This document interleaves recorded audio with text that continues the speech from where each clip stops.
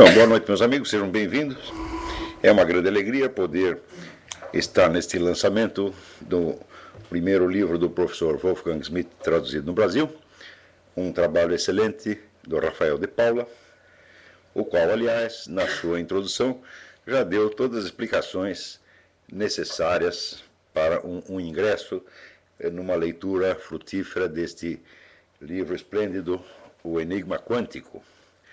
Então, como o essencial com relação ao livro e aos seus pressupostos científicos e filosóficos o Rafael já explicou, então eu vou me ater um pouco naquilo que antecede a escrita desse livro e nas consequências que ele pode desencadear pelas próximas décadas. Então, o professor Wolfgang Schmidt é um dos poucos autores que eu tenho a alegria de poder dizer que eu sempre concordei com tudo que ele escreveu. Ele, na verdade, escreveu muito pouco. Ele interrompeu as suas atividades acadêmicas em 1992 para poder se dedicar exclusivamente à produção escrita. E, desde então, ele produziu apenas 5 livros, que são este primeiro, Cosmos and Transcendence. Depois veio The Wisdom of Ancient Cosmology. Aliás, antes veio o Theism and the New Religion, do qual não consegui encontrar o meu exemplar na barafunda lá da minha biblioteca. Depois veio The Quantum Enigma e agora The Christian Gnosis. Então são 5 livros, mas são 5 verdadeiras joias, por vários motivos. Não só, vamos dizer, pelo trabalho desmistificante que ele faz com relação a certos dogmas da modernidade e, sobretudo, da ciência moderna, mas justamente por aquilo que o diferencia dos demais críticos da modernidade ligados à escola dita tradicionalista. O professor Schmidt, ele teve uma carreira universitária brilhante. Ele, aos 18 anos, estava formado em Física, Matemática e Filosofia pela Universidade de Cornell. Depois lecionou no MIT e na Universidade da Califórnia e trabalhou na Bell Corporation, onde ele ajudou a resolver um problema bastante cabeludo, que é o do reingresso das cápsulas espaciais na atmosfera terrestre. Então, um homem que, antes de ter começado a escrever livros, já havia deixado a sua marca na grande história científica. Mas, logo depois disso, ele recebeu a influência dessa escola tradicionalista, sobretudo através de René Guénon e Fritjof Schuon. Eu creio que, inclusive, mais Fritjof Schuon.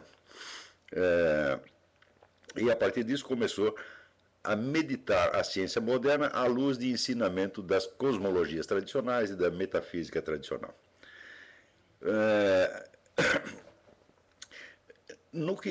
Nos pontos essenciais dessa crítica, ele segue os preceitos colocados pelo René Guénon no livro, nos livros A Crise do Mundo Moderno e O Reino da Quantidade e os Sinais dos Tempos, especialmente este último, e também nos princípios do cálculo infinitesimal. Porém, há uma diferença enorme entre o professor Schmidt e todos os demais representantes desta escola. Essa diferença ela começa a aparecer quando você vê que a obra René Guénon ela se divide numa série de temas que são mutuamente solidários, mas que ao mesmo tempo são independentes. Podem ser considerados como coisas que estão, vamos dizer, se exigem mutuamente, mas que têm lá a sua independência. Então, por um lado, você tem a crítica do mundo moderno, por outro lado, você tem, vamos dizer, a exposição dos princípios da metafísica e cosmologia tradicional. Por outro lado, você tem especificamente a técnica do simbolismo. E, por fim, você tem toda uma parte relativa às iniciações e às tradições iniciáticas,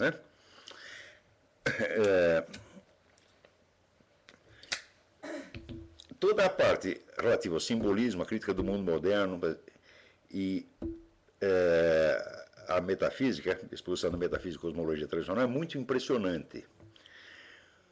Mas, quando você lê depois as obras relativas às iniciações, você vê que toda aquela imensa dose de sabedoria lhe foi passada de modo que você aceitasse junto com ela alguma coisa que é perfeitamente inaceitável, que é a visão que o René Guénon e, na esteira dele, o Chuon, tinham do cristianismo. Porém, isso se refere mais a Guénon do que a Chuon. René Guénon acreditava que o cristianismo havia aparecido como uma escola esotérica, iniciática, e que, em função das necessidades do tempo, havia se exoterizado, por assim dizer. Quer dizer, surge como uma escola iniciática, mas se torna uma religião popular em função das necessidades do tempo para suprir um vácuo deixado pela religião romana. Isso quer dizer que Guénon aplica ao cristianismo uma dupla de conceitos que só funciona perfeitamente no mundo islâmico. O René Guénon é um sujeito que foi iniciado numa tarika, numa organização esotérica islâmica, parece que com 16 anos. E toda a obra dele, embora ele use geralmente a terminologia hindu, o quadro de referência básico dele é o esoterismo islâmico, o chamado sufismo, o tasawuf, né?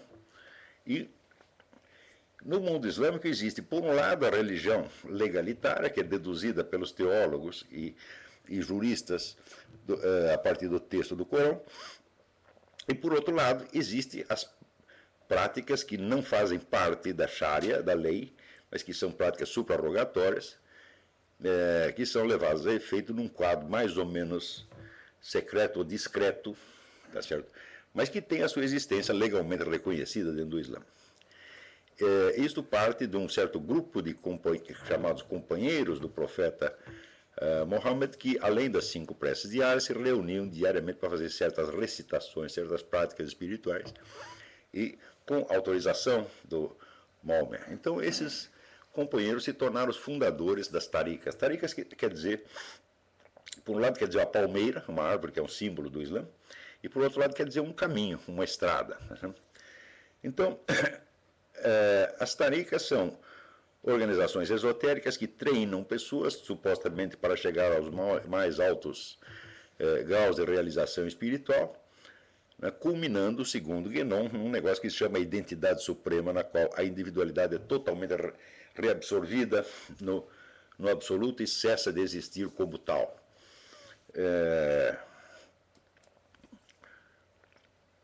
Um conceito que no Islã só pode ser praticado esotericamente, porque se isso for proclamado publicamente, então importaria em dizer que um indivíduo, um crente, se identificou com Allah, o que é, vamos dizer, considerado uma blasfêmia. Houve o famoso caso de um desses esoteristas, chamado Al-Halaj.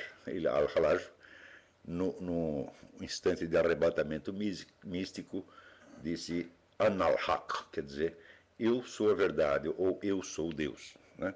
E evidentemente, foi decapitado na mesma hora.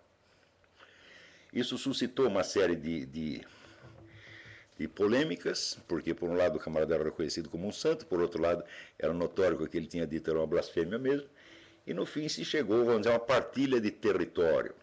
E se concluiu que aquilo que os místicos proferem em estado de arrebatamento extático não pode ser julgado pela lei.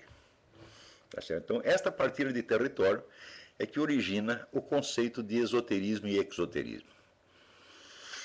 Quer dizer, que esses conceitos eles só se aplicam rigorosamente no caso islâmico, onde existe claramente uma distinção de território entre a religião legalitária, que é obrigatória para todos, e as práticas místicas, que são realizadas dentro de organizações que reconhecidamente têm essa finalidade, a autorização para isso.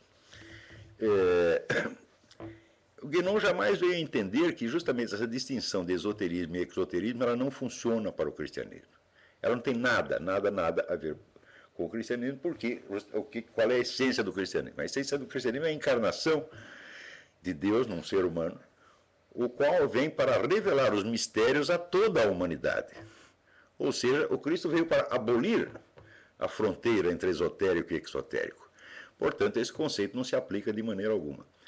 E o Guénon jamais entendeu isso. Não entendeu, não quis entender, e ele insistia em querer ver o cristianismo com olhos islâmicos e explicá-lo com categorias islâmicas.